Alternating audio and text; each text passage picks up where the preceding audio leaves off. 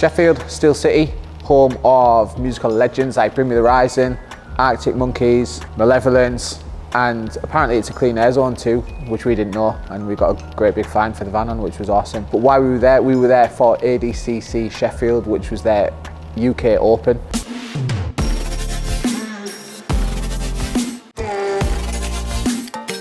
We sponsored the event, which was pretty cool for us, and we thought we'd wrap up what the day was like, what the event was like, what it looked like from a competitor standpoint, and what our guys got up to. First off, straight off the bat, it felt like a really professionally run event. You know, we've been to most of the big tournament style grappling shows, you know, Empire, BJJ 24/7, and I'll be honest, when the doors open to events like that, and they're well-run events by lovely people, but it's chaos. Whereas ADCC, you know, they capped the number of entries to 600, which I think is probably less than most of the other events do.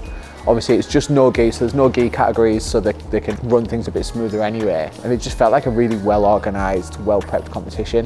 There was big queues for the weigh-ins straight off the bat, but that's by the by, because everybody wants to just get in, get weighed in and then refuel. It felt like an ADCC event, you know, like there was some familiar faces from the big events, you know, the same refs that you get on the biggest stages of the ADCC in Abu Dhabi or Vegas or wherever they hold it. You know, they were all there, it was the same team. They clearly take pride in the event and how it runs and how it looks and how it feels. So we were buzzing to be there, really. Competitors wise, the only thing was that, like, if you won at the professional level and you were doing the finals, you were on really, really late in the day. So Scarlett's bracket, Scarlett was in the pro category and she was supposed to have 2 matches on the morning.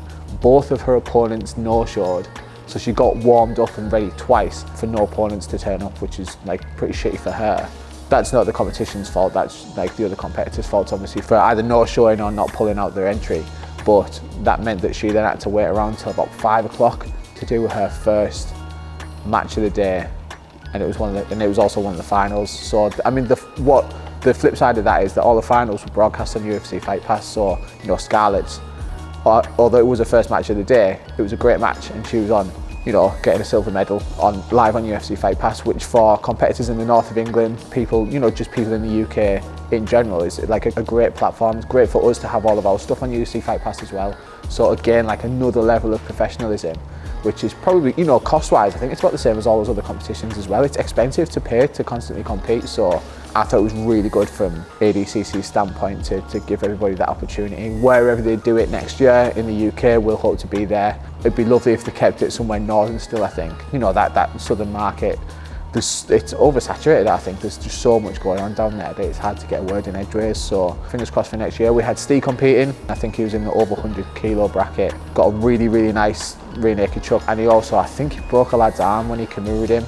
2 lads from Carlson Gracie Hull. Made it look easy. He's got a really weird style, Steve. It's very flowy, very chill, but he's very, very strong. Because of his like limb length, he has really weird like leverage points. You think you can get under his arm for takedowns and stuff, and all of a sudden there's an extra foot of forearm there, and it's very confusing. But obviously that lends itself well to his grappling style.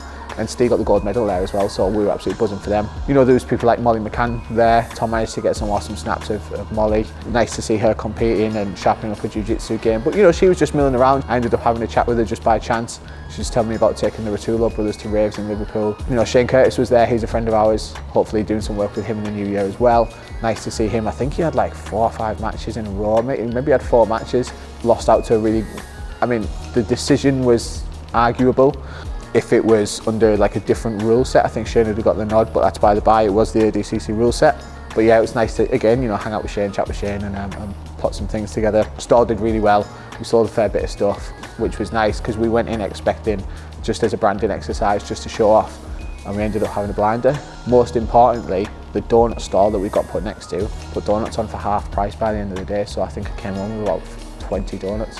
Very, very well run competition. Really looking forward to being involved in it next year. If you're a competitor and you want to like take your no-gi game seriously, it's a nice way to get on that ADCC radar. If you know, obviously if you want to do trials and stuff to get to the big leagues, then do that. This is a really, really nice way to get involved in ADCC. Straight off the bat, you know, they have kids categories, teenage categories, so you can jump into that ADCC level rule set competition, you know, at an entry level price, I think. So yeah, super stoked that they're in the UK. Can't wait to be there again.